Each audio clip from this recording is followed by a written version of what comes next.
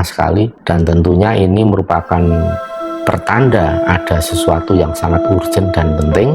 Kenapa para leluhur mengadakan pertemuan besar-besaran, dan ini melibatkan leluhur seluruh Nusantara untuk memastikan apakah perasaan saya atau penglihatan saya ini benar atau salah. Tadi saya sempat menyinggung soal gempa bumi dan tsunami, ya beliau hanya menyaut ya tidak akan sampai di sini, malah tentu saja saya ingat apa yang menjadi pesan pemikiran Ki Ageng Mangirwonoboyo ketika Merapi akan meletus besar dan kemudian beliau meredam, dijadikan letusan kecil-kecil tapi terus berlangsung hingga bertahun-tahun. Rakyat wong cilik juga sedang keadaannya prihatin sekali menghadapi pandemi dan sulit mencari makan, nanti masih ada letusan Merapi, kan kasihan. Beliau-beliau mereka tidak tega untuk melihat kita semua sengsara. Kalau untuk urusan orang-orang yang menghancurkan NKRI, orang yang durhaka kepada leluhurnya, biarkanlah itu nanti hukum Allah. Karena kemanusiaan itu seperti apa? Ya bisa penderitaan, kesengsaraan, kemiskinan dan musibah yang bertubi-tubi, itu semua bisa jadi itu merupakan hukuman karena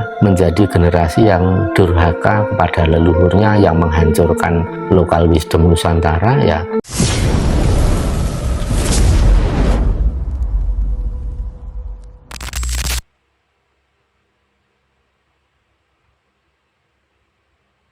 pantas untuk mendapatkan kebahagiaan, kemerdekaan lahir batin, menjadi orang yang sugih ati, sugih ngelmu, sugih bondo. Dan perintah beliau ini hanya selang beberapa saat.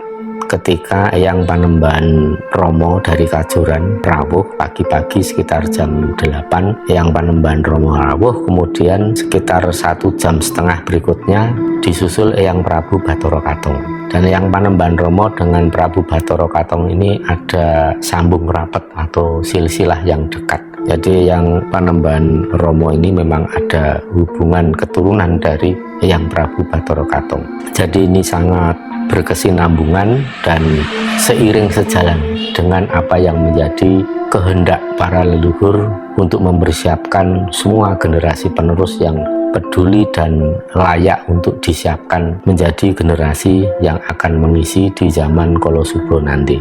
Jadi ini memang berturut-turut ya saudara-saudara, perintah dari para leluhur. Bahkan barusan tadi, siang tadi, Ki Juru Kiting juga rawuh, beliau perintahkan agar supaya sore hari ini tadi marak sowan ke pasaran beliau, dan beliau juga akan memberikan sesuatu ya. Sesuatu itu apa? Mohon maaf tidak bisa saya ceritakan di sini. Tapi kalau mungkin ngobrol secara langsung masih bisa. Namun tadi beliau meralat karena beliau menginformasikan bahwa sore ini ternyata ada Pasewakan Agung atau pertemuan di Keraton Kidul tempat Kanjeng Ratu Kidul, sehingga beliau meralat besok sore, hari Sabtu sore setelah jam 4 supaya harinya juga sudah lewat dari hari Sabtu ya. Akhirnya ya kami sepakat besok akan marak sowan pada hari Sabtu sore, dan kemudian Ki Juru Kiting sore tadi juga berangkat bersama para leluhur agung yang lain yang cukup banyak, sempat transit di sini. Beliau kemudian bareng-bareng berkunjung ke Keraton Kidul tempat Kanjeng Ratu Kidul untuk mengadakan suatu Pasewakan Agung atau rapat besar atau pertemuan besar. Namun demikian belum lama juga Ki Juru Kiting memberi perintah atau meralat perintahnya tadi supaya nanti hari Minggu sore saja, karena ternyata Pasewakan Agung yang diadakan di Keraton Kidul ini berlangsung hingga besok malam. Jadi memang lama sekali, dan tentunya ini merupakan pertanda ada sesuatu yang sangat urgent dan penting. Kenapa para leluhur mengadakan pertemuan besar-besaran, dan ini melibatkan leluhur seluruh Nusantara. Cuman tadi saya beranikan diri untuk bertanya-tanya ke Ki Juru Kiting untuk memastikan apakah perasaan saya atau penglihatan saya ini benar atau salah. Tadi saya sempat menyinggung soal gempa bumi dan tsunami, ya beliau hanya menyaut ya tidak akan sampai di sini, malah beliau melanjutkan ngendiko kalau kita usahakan agar tidak terjadi, kalau pun terjadi ya kecil saja karena kasihan masih lebih banyak orang baik. Jadi perhatian beliau seperti itu, dan tentu saja Saya ingat apa yang menjadi pesan pemikiran Ki Ageng Mangir Wonoboyo ketika Merapi akan meletus besar dan kemudian beliau meredam, dijadikan letusan kecil-kecil tapi terus berlangsung hingga bertahun-tahun. Karena pada waktu itu ya Ki Ageng Mangir Wonoboyo merasa kasihan, ini masih pada saat pandemi, negara juga sedang mengeluarkan banyak anggaran, banyak duit, banyak biaya. Rakyat wong cilik juga sedang keadaannya prihatin sekali menghadapi pandemi dan sulit mencari makan, nanti masih ada letusan Merapi, kan kasihan sekali. Oleh sebab itu pertimbangan yang para leluhur ini sangat bijaksana. Beliau-beliau mereka tidak tega untuk melihat kita semua sengsara. Kalau untuk urusan orang-orang yang menghancurkan NKRI, orang yang durhaka kepada leluhurnya, biarkanlah itu nanti hukum alam. Kalaupun luput dari bencana alam, ya pasti ya bencana kemanusiaan itu masih ada, itu yang harus dihadapi. Bencana kemanusiaan itu seperti apa? Ya bisa penderitaan, kesengsaraan, kemiskinan dan musibah yang bertubi-tubi, itu semua bisa jadi itu merupakan hukuman karena menjadi generasi yang durhaka kepada leluhurnya, yang menghancurkan lokal wisdom Nusantara. Ya banyak sekali, ada 1000 jalan untuk sengsara dan celaka, tidak harus melalui tergulung oleh musibah dan bencana alam. Jadi kita harus berpikir lebih luas, lebih bijaksana lagi ya sedulur-sedulur. Saya pun banyak belajar tentang bagaimana kebijaksanaan leluhur atau sikap yang bijaksana sekali dari para leluhur yang beliau ambil dan pedulikan kepada seluruh warga masyarakat, kepada rakyat Indonesia, kepada nasib bangsa ini, pada negara NKRI. Jadi para leluhur tetap tidak menginginkan ada musibah yang sangat besar itu melanda. Ya kalau bisa diusahakan terjadi perubahan yang besar-besaran, kubu mulih menyangkandangi, orang-orang kembali sadar kepada jati dirinya. Banyak orang yang kemudian menyadari kesalahannya selama ini, telah menyingkirkan kearifan lokal, budaya, tradisi, spiritual Jawa, Kejawen, dan spiritual masing-masing suku budaya yang ada di Indonesia.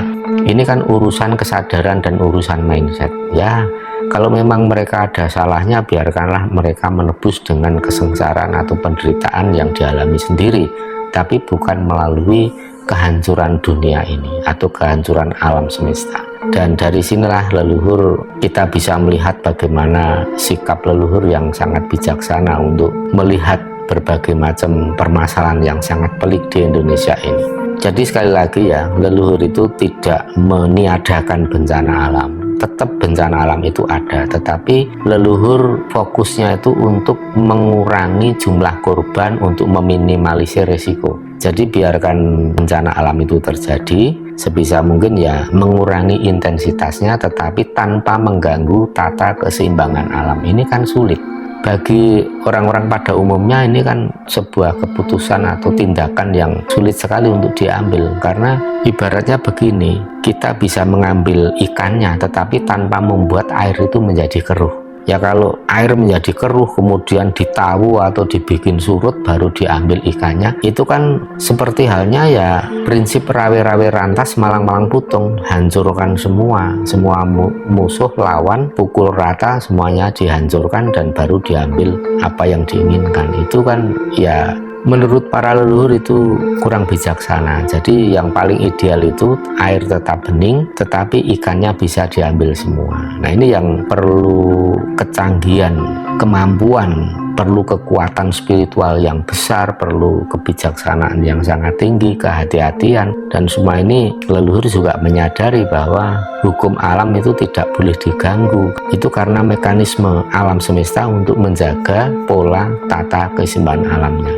Jadi kita bisa memahami seperti itu, dan saya mencoba untuk mengaplikasikan mindset atau pola pikir atau kebijaksanaan yang ditempuh para leluhur ini ke dalam diri saya untuk menjadi guidance atau petunjuk dalam sikap dan perilaku sehari-hari. Memang paling idealnya seperti itu, karena untuk menyadarkan generasi penerus kembali ke kearifan lokal, kembali ke jati diri bangsa, dan meninggalkan pola pikir penjajahan bangsa asing yang diterapkan dalam pola pikir otaknya, dalam pikirannya itu, ya tidak perlu dengan menghancurkan. Karena begini ya sedulur-sedulur, saya punya pemikiran kalau misalnya orang-orang yang sudah berada dalam cahaya kegelapan, cahaya kematian, ya, itu saya kira sampai mati pun ya nggak bisa dirubah, dan itu akan selesai setelah mengalami kematian. Saya kira begitu.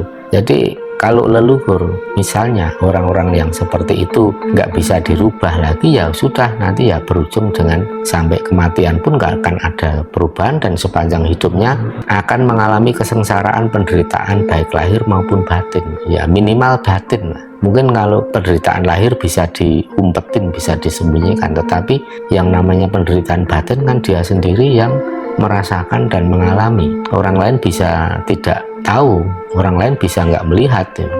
Jadi seperti itu ya kebijaksanaan dari leluhur, dan ini perlu saya sampaikan walaupun sekelumit tentang ilmu dari leluhur, tetapi ini alangkah baiknya kita bisa mengaplikasikan dalam perilaku kehidupan sehari-hari kita. Dan di sini tadi ada yang bisa saya garis bawahi bahwa dawuh leluhur masih sangat intens dari Ki Juru Kideng, kemudian Kanjeng Ratu Kidul, Eyang Prabu Bathara Katong, dan nanti kita laksanakan berturut-turut tanggal 7 November untuk labuh di Parangkusumo. Nanti kita laksanakan sore hari, itu tepatnya pada hari Kamis Pon, malam Jumat Wage, dan kemudian nanti hari Sabtu Kliwonnya, malam Minggu Legi, kita akan melaksanakan dawuh Eyang Prabu Bathara Katong.